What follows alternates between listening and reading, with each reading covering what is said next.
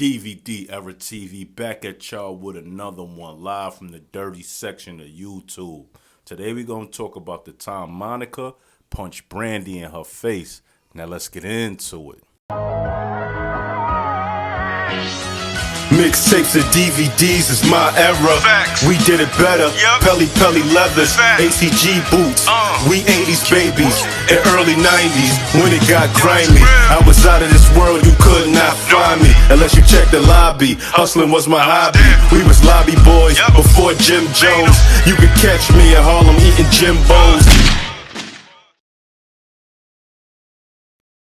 Now in the 90s, it was three teenage superstars on a rise in R&B, and them three superstars was Aaliyah, Monica, and Brandy. Now initially, even though Brandy had words for Aaliyah saying she dressed too grown and her style was too grown and her mother would never let her dress the way Aaliyah dressed, her beef and her problems always been with Monica. Now Aaliyah was doing an interview with Ralph McDaniels on the Video Music Box, and Ralph McDaniels asked Aaliyah about the comments Brandy made, and this is what Aaliyah had to say.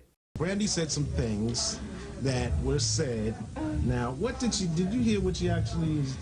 I caught wind of some of it, but I don't pay much attention to that. I think there's room out here for all of us, so good luck, Brandy.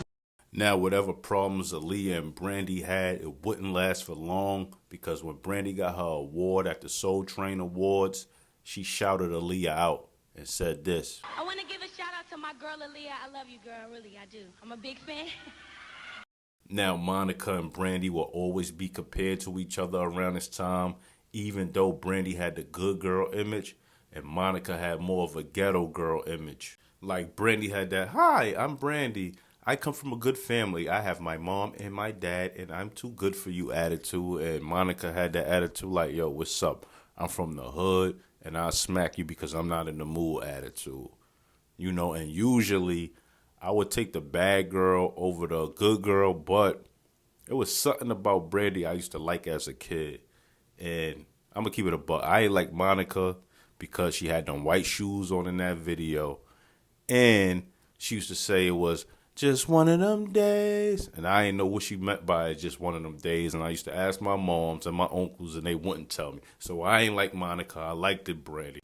Now, Brandy and Monica really never had a problem with each other. It was the fans in the industry hyping up a beef between them, making them not like each other. You get what I'm saying? That's kind of the thing to do. Like, you got to have one female rapper. You got to have Cardi B. And you got to have Nicki Minaj. You got to have Biggie. You got to have Pop. You got to have Nas. You got to have Jay-Z. It's just like always a competition thing, especially with females. They'll compare you to anybody that's out at the time. And that's why we don't be having a lot of females successful at one time, because it's all about one. And if it's two, they put y'all against each other. Now, even though there was a lot of tension between Monica and Brandy, Brandy had a record called "A Boy Is Mine," and she wanted Monica on it. Now, I'm hearing that Monica ain't even want to get on the joint or whatever. She is letting all the hype around the fans and the industry kind of steer her away from getting on the record. But she ended up doing the record, and they shot a video for it. Now, supposedly, the Boy Is Mine song was based on an actual situation that Brandy was going through with one of her exes. Could have been a guy from Boyz II Men. Could have been Kobe Bryant. Could have been Fredro from Onyx. Could have been Mace.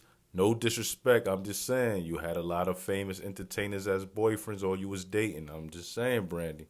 Now, here's where things get crazy between Brandy and Monica. They're doing the Boy Is Mine video. And, you know, Brandy really living it because supposedly she went through that already. And she really into it. She ad-libbing the song, and she really in the character. And she's pointing her finger in Monica's face. And Monica wasn't with it. Monica ain't like her pointing in her face, and she wasn't with it. And she expressed that she ain't like the whole pointing in her face thing. She thought it was very disrespectful. Now, after the situation at the video shoot, Brandy and Monica haven't seen each other into the MTV Awards where they performed "The Boy Is Mine" together. Now, before they went on stage to perform, Monica punches Brandy in the face.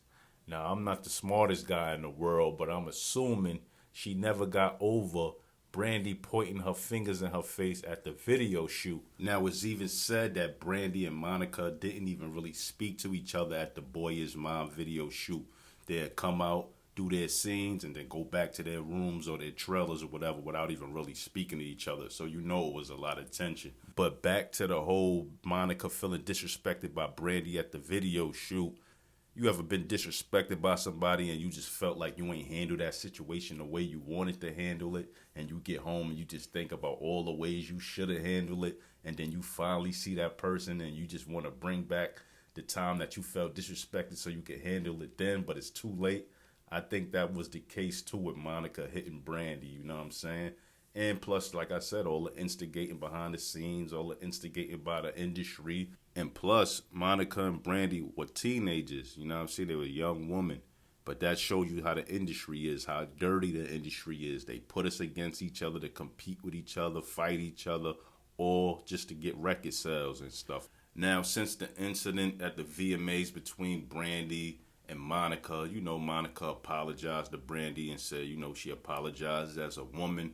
But they had a few more fallouts on the internet, on IG. And then, you know, they ended up doing the verses together, which was great. And it seemed like the two 40-year-old women plus put their differences to the side. And, you know, they moved on from things that was happening when they was teenagers. You know what I'm saying? So that's good to see.